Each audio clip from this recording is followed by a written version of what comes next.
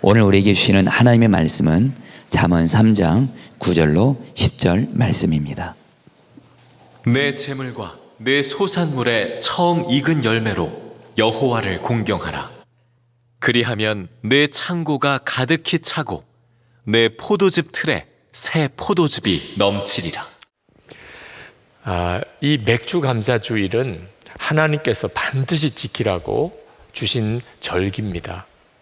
이스라엘 백성들이 가나안 땅에 들어가기 전에 무려 40년 전에 하나님은 이미 가나안 땅에 들어가서 농사짓고 첫 수확을 거두게 되면 반드시 첫 열매는 하나님께 바치라는 말씀을 그때 이미 주셨습니다. 레위기 23장 10절부터 보면 너희 곡물의 첫 이삭 한 단을 제사장에게로 가져갈 것이요 14절에 너희 하나님께 예물을 가져오는 그날까지 떡이든지 볶은 곡식이든지 생 이삭이든지 먹지 말지니 21절에 이는 너희가 그 거하는 각 처에서 대대로 지킬 영원한 규례니라. 하나님이 반드시 예물을 준비해서 오라고까지 하셨습니다. 출애굽기 23장 15절에 빈손으로 내 앞에 나오지 말지니라. 하나님이 이렇게까지 말씀하시고 그리고 그날은 종들과 나그네들까지 이방인들까지 다 함께 큰 잔치를 벌이라고 말씀하신 이유는 반드시 지켜야 한다는 겁니다. 첫 열매를 하나님께 드리는 일은 형편에 따라 드려도 되고 안 드려도 되는 게 아니라는 겁니다. 믿음이 좋고 나쁘고를 떠나서 나이가 많고 적은 것도 떠나서 형편이 어려우나 쉬우나 반드시 지켜야 한다. 그런 뜻으로 절기를 만드신 겁니다. 여러분, 안식일 하나님이 주신 절기인데요. 이 안식일은 근본적으로 하나님보다는 우리 자신을 위해 주신 절기입니다. 7일의 하루는 온전히 쉬라는 거죠. 그런데 그 안식일을 지키는 일을 절기로 만드시고 대단히 엄격하게 말씀하셨습니다. 출애굽기 31장 14절에 보면 그날을 더럽히는 자는 모두 죽일지며 그날에 일하는 자는 모두 그 백성 중에서 그 생명이 끊어지리라. 좀 너무 심하지 않나 싶은 생각이 들 정도로 안식을 지키지 않으면 아예 죽이라고까지 말씀하실 정도로 엄하게 말씀하셨습니다. 이스라엘 백성들을 위해 주시는 계명인데 이렇게까지 할 이유가 있습니까? 실제로 7일의 하루를 쉬는 일이 우리 본성에 쉽지 않은 일입니다. 자, 하루를 더 일하면 그만큼 수입이 더 많다고 생각이 들 때 하루를 쉰다는 일은 우리의 욕심에도 거스르는 일이죠. 그날 먹어서 그날 살아야 되는 사람에게 하루를 쉬라고 하는 이야기는 믿음의 문제가 되기도 하지요.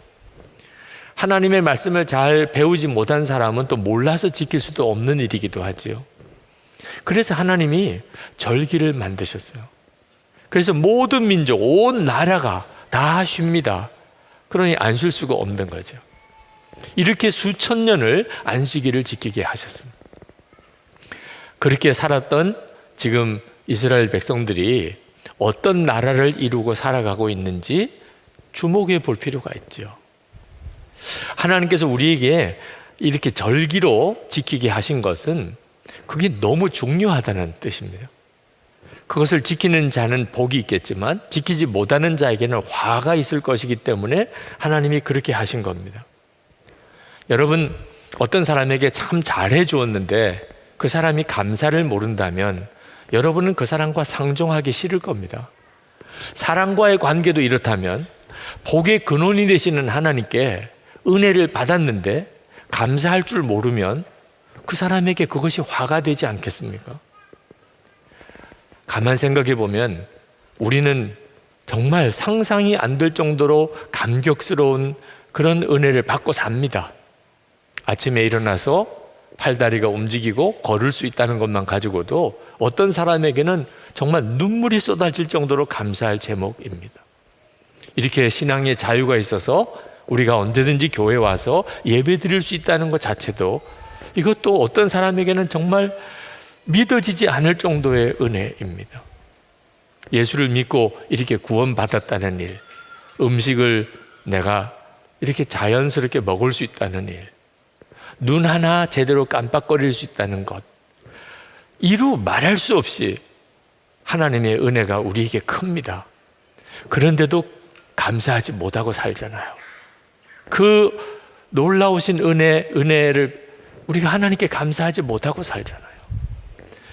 그게 우리 자신입니다. 그래서 하나님께서 감사절을 주신 거예요. 감사절을 지켜야 되니까 감사 제목을 생각해 보는 거죠. 아, 내게 무슨 감사 제목이 있을까? 그래서 깨달아지는 거예요. 하나님, 나에게 이런 은혜를 주셨구나. 그래서 감사하게 되니까 그에게 복이 되는 것입니다. 하나님께서 첫 열매를 드리는 일에 대해서 깨닫지 못하고 있는 사람도 반드시 지키라고 하셨어요. 대부분 사람들은 첫 열매 감사에 대해서 잘 모릅니다. 그러나 교회가 맥주 감사 주의를 지키니까 아, 첫 열매로 하나님께 감사드려야 되는 건가 보다. 하나님은 거기에다가 복을 주시겠다고 약속까지 하셨습니다. 잠언 3장 9절 10절 오늘 본문 말씀에 내 재물과 내 소산물의 처음 익은 열매로 여호와를 공경하라. 그리하면 내 창고가 가득히 차고 내 포도즙 틀에 새 포도즙이 넘치리라 하셨습니다. 종수라고 하는 이름의 학생이 아주 어려운 가정 형편에서 참 신실하게 공부를 잘했습니다. 그래서 서울대 의과대학에 합격을 했습니다. 열심히 또 공부해서 의사고시에 합격을 했습니다. 그리고 서울대학병원 이제 인턴으로 의사 생활을 시작을 했는데 첫 월급을 받았습니다. 그 첫 월급을 받고 기도 많이 해주신 어머니 꼭 고기 사다가 대접해드리고 어머니 속옷이라도 좀 사서 선물해드리고 싶었습니다. 그 첫 월급을 받고 얼마나 하고 싶은 일이 많았겠습니까? 어머니에게 달려갔습니다. 어머니, 제가 의사로서 받은 첫 월급입니다. 어머니, 오늘 저녁에는 나가셔서 불고기라도 드시고 그리고 백화점에 가서 옷이라도 하나 사지요. 그랬더니 어머님이 이렇게 말씀하시는 겁니다. 종수야, 기왕 믿을 바에야 잘 믿자. 지금까지 하나님의 은혜로 살았는데 앞으로도 하나님의 은혜로 살게 될 거 아니야. 타협하지 말자. 정말 깨끗하게 살자. 내가 처음 받은 첫 월급이지 첫 열매구나. 이건 우리 것이 아니야. 하나님의 것이라고 그랬어. 그래서 주일에 그 첫 월급을 첫 열매 헌금으로 하나님께 드렸어요. 보름이 지나서 학장님이 연락이 왔습니다. 이번 의사 국가고시에 자네가 수석을 했어. 그래서 상금이 나왔네. 그래서 그 상금을 받아보니까 자기 첫 월급의 배가 되는 것이었어요. 야, 첫 열매를 드리니 하나님이 이렇게 복을 주시는구나. 이번에는 정말 어머니 고기도 사드리고 옷도 사드려야지. 그리고 달려가서 어머니, 제가 이번에 의사고시에 수석했대요. 그래서 상금이 나왔어요. 그랬더니 그걸 받아든 어머니가 하시는 이야기가, 종수야, 너 지금까지 상금 받아본 적 있니? 없어요. 그러면 이게 첫 열매구나. 너의 상금의 첫 열매구나. 이건 하나님의 것이야. 우리 것이 아니야. 너도 시험 들 가능성이 있고 나도 시험 들 가능성이 있으니 아예 내일 새벽 기도회 때 아예 헌금하자. 그렇게 해서 헌금을 했다는 거죠. 여러분, 이 종수라는 의사가 누군지 아시죠? 미국의 유명한 암 전문 의사인 원종수 박사 이야기입니다. 제가 어릴 때 정말 그렇게 믿으시는 어른들이 많으셨어요. 맥주 감사 주일이라는 게 도대체 뭔지는 잘 모르지만 첫 열매는 그냥 하나님 것이래. 그냥 그렇게 믿고 지키신 분이에요. 제가 태어나자마자 저희 아버님이 하나님께 바쳐버렸다니까. 첫 열매는 하나님 거라고. 저하고 아무 의논도 없이 저를 하나님께 바치고 그냥 목사라는 겁니다. 그래서 이렇게 서 있는 거예요.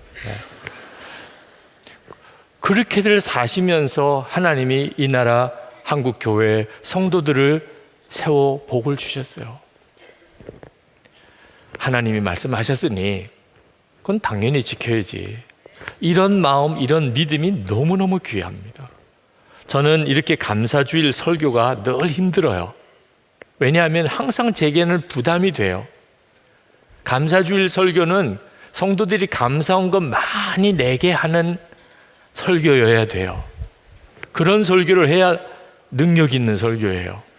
성도들이 감사헌금 하려고 작정했던 것에 동그라미 하나는 더 붙이도록 이렇게 만드는 역사가 일어나야 합니다.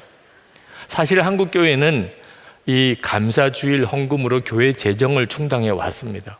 참 어려웠던 시절을 보냈거든요. 상반기에 목사님들 사례비도 제대로 못 드리고 교회 수리도 제대로 못하고 그러다가 맥주 감사주일 지키고 그 헌금으로 그걸 충당했습니다. 하반기에 또 여러 가지 교회 일들, 어려운 일들 못 감당하고 본부에 보내는 부담금도 못 내고 있다가 추수감사헌금하고 그걸 다 메꿨습니다. 그렇게 살았거든.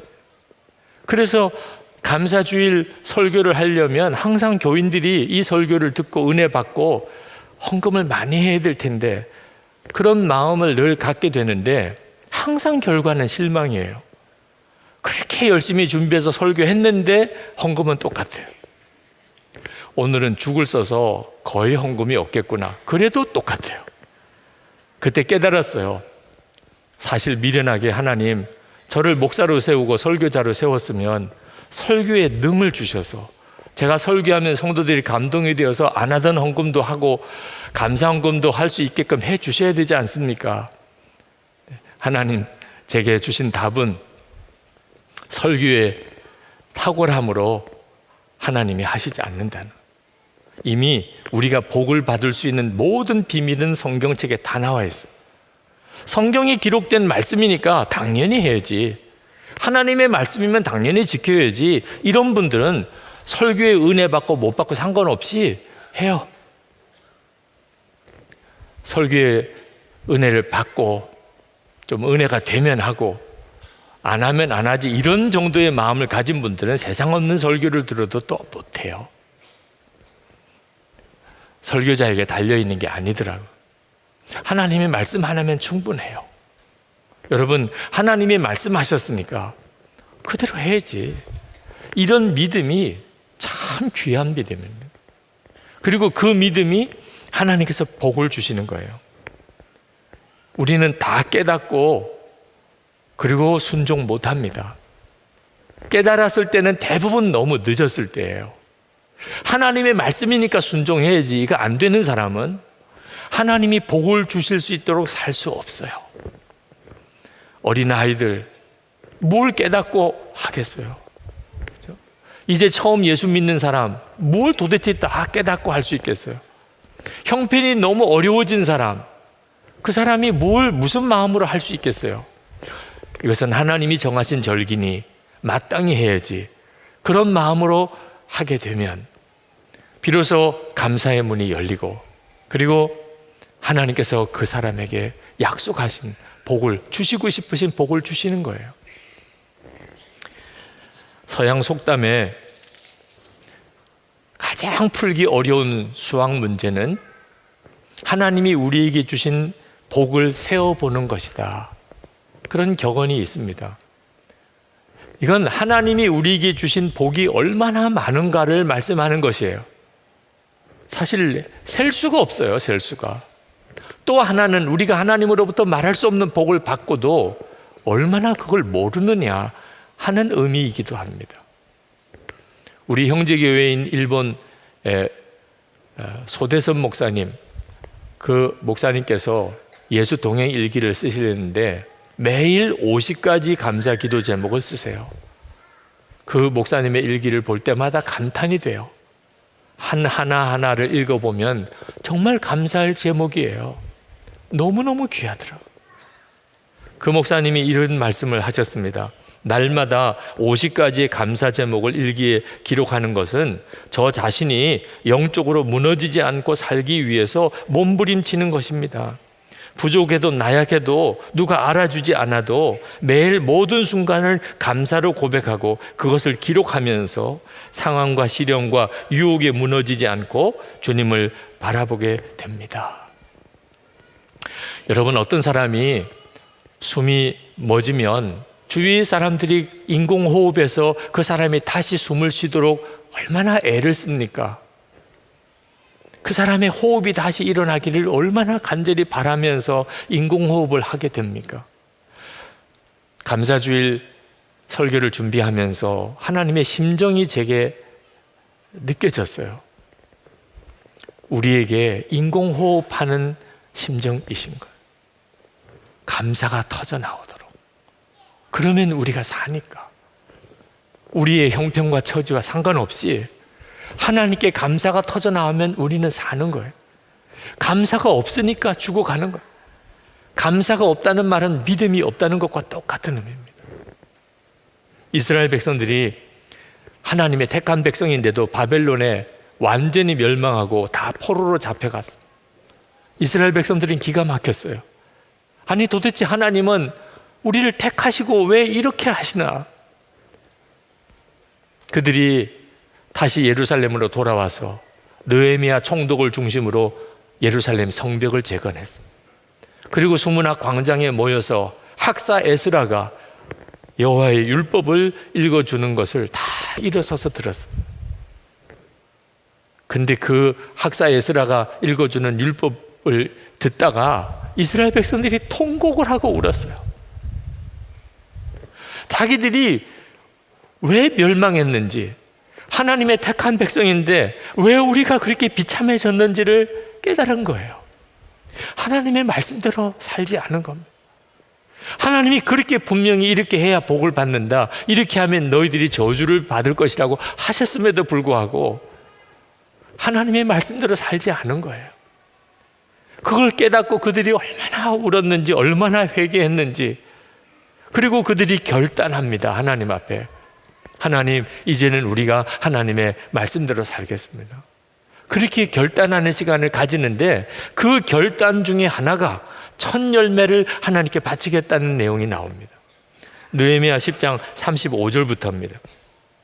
해마다 우리 토지 소산의 만물과 각종 과목의 첫 열매를 여호와의 전에 드리기로 하였고, 또 우리의 맏아들들과 가축의 처음 난 것과 소와 양의 처음 난 것을 율법에 기록된 대로 우리 하나님의 전으로 가져다가 우리 하나님의 전에서 섬기는 제사장들에게 주고, 또 처음 익은 밀의 가루와 거제물과 각종 과목의 열매와 새 포도주와 기름을 제사장들에게로 가져다가 우리 하나님의 전에 여러 방에 두고, 그러면서 마지막 부분에 이렇게 말합니다. 39절에 우리가 우리 하나님의 전을 버려두지 아니하리라.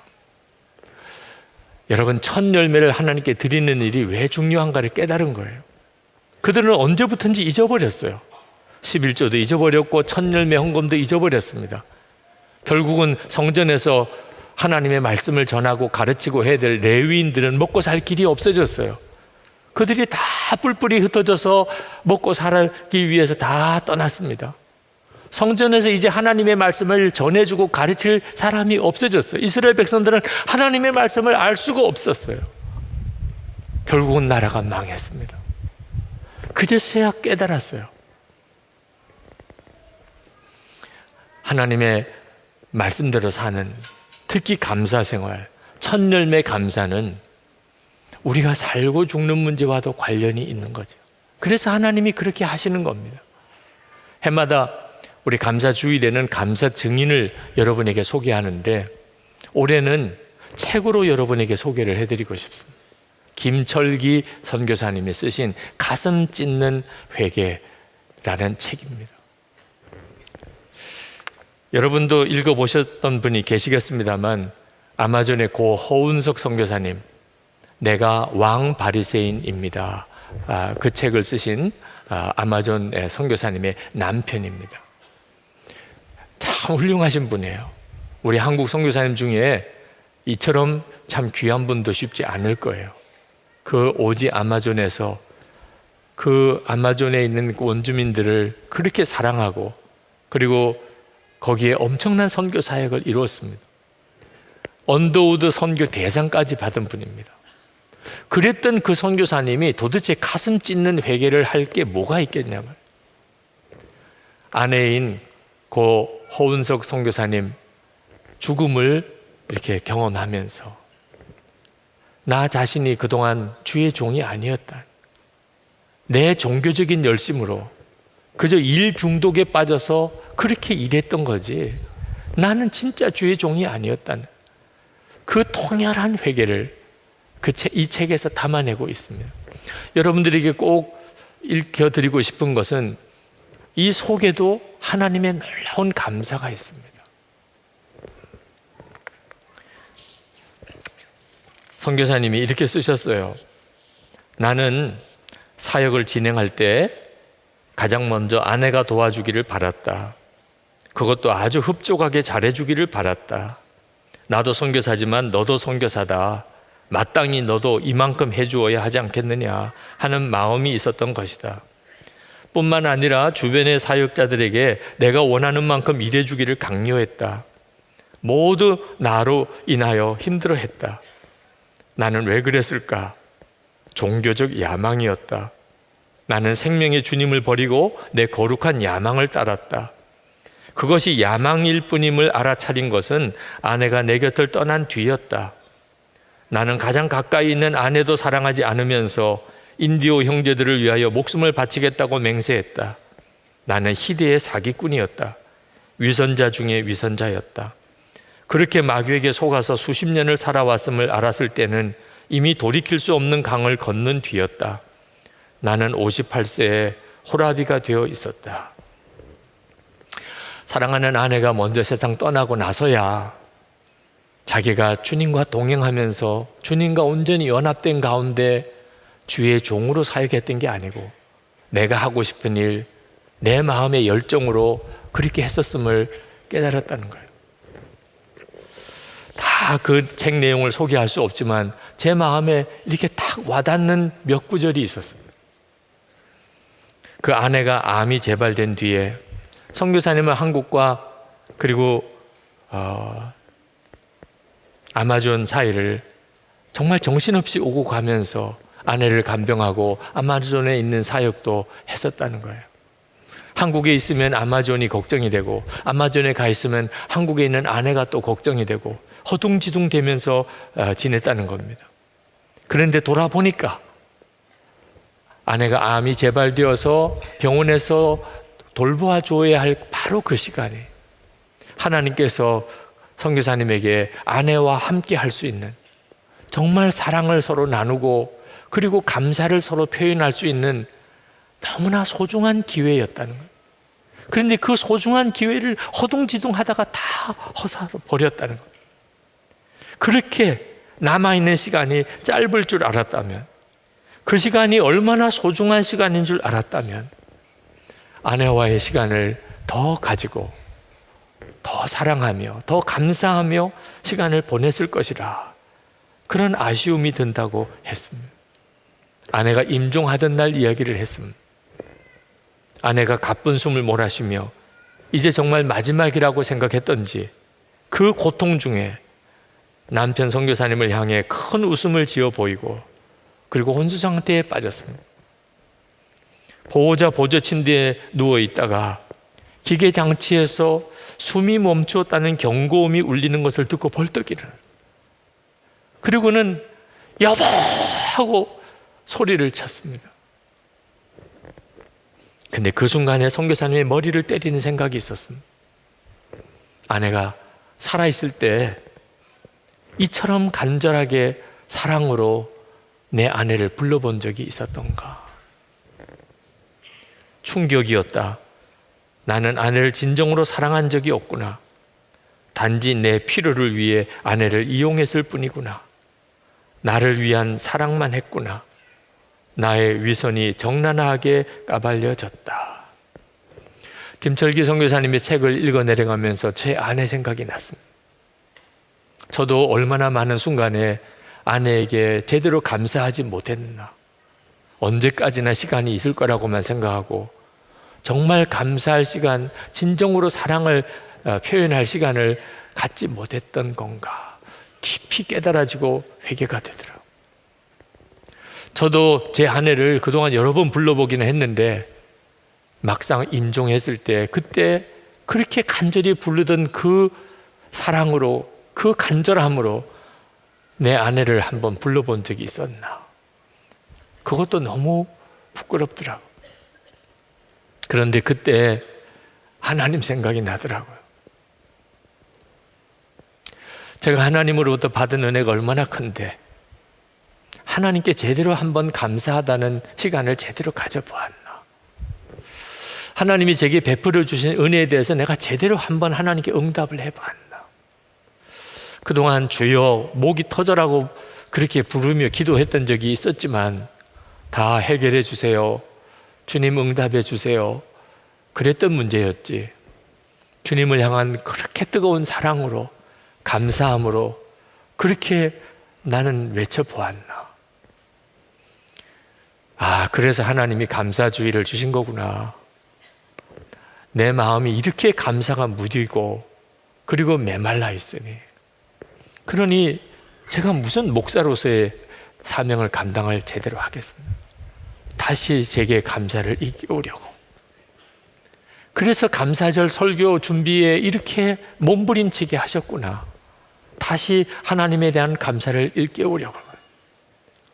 지난 월드컵 독일 국가대표팀과 축구 경기에서 우리가 2대0으로 이겼잖아요. 아침에 뉴스를 보니까 정말 이런 일이 있을 수 있나 싶은 뉴스를 보았습니다. 너무 기쁘더라고요. 그 뉴스에 나오는 우리 국민들의 열광적인 환호성은요, 그건 정말 대단한 일이었고 마땅히 그럴 만하지요. 그런데 그 뉴스를 보는데 눈물이 막 터져 나왔어요. 왜 그렇게 눈물이 터져 나오는지 모르겠어요. 우리나라가 이겨서 이렇게 좋아서 그러는 건가? 아니었어요. 이 세상에 내가 속한 나라가 축구 시합에서 이렇게 이겼다는 거 하나가 이렇게 감격스럽다면, 영원한 내 하나님의 나라를 위해서 내가 이렇게 기뻐하고 환호성을 지르고 그렇게 즐거워해 본 적이 있는가? 이 땅에 우리 하나님의 나라 백성들이 하나님의 나라의 그 영광을 바라보면서 이렇게 즐거워하는가? 그게 너무 애통하더라. 기도가 되더라고요. 하나님, 우리에게 하나님의 나라의 영광을 보여주소서. 우리가 그로 인해서 기뻐하고 즐거워할 수 있게 해주소서. 우리는 이처럼 하나님 앞에 제대로 감사하지 못하고 살기 때문에 근본적으로 우리의 삶은 위기예요. 그래서 하나님이 감사주의를 주신 거예요. 그렇게 감사하지 못하는 우리임에도 불구하고 하나님은 여전히 우리를 사랑하세요. 여러분이 오늘 받는 성찬이 바로 그 증거입니다. 우리를 위해서 살과 피를 주시면서 주님은 우리와 한 몸이 되어 주셨어요. 어떻게 우리와 한 몸이 되실 수 있죠? 그런데 주님은 그렇게 하셨어요. 그리고 그것을 우리에게 깨우쳐 주시고 싶어 하세요. 우리는 이미 주님과 한 몸이 된 존재예요. 그것을 믿으라는 거예요. 여러분, 오늘 성찬을 받을 때 하나님이 주신 은혜니까 믿음으로 받아들이세요. 주님은 이미 여러분 안에 계시고 여러분과 한 몸이 되셨어요. 절대로 포기할 수가 없어요. 여러분을 버릴 수가 없는 존재예요, 주님은. 그러나 여러분, 오늘 그 은혜를 누리되 여러분의 마음에서부터 그 주님을 향한 뜨거운 사랑이, 감사가 터져 나오기를 축복합니다. 그러면 우리는 오늘 삽니다. 우리도 살고 나라도 살아요. 성도들이 살면 나라가 삽니다. 여러분 심령에 하나님을 향한 뜨거운 감사가 터져 나오기를 축원합니다. 이제 우리 통성으로 기도하고 성찬을 받겠습니다. 우리 다 같이 통성으로 기도하겠습니다.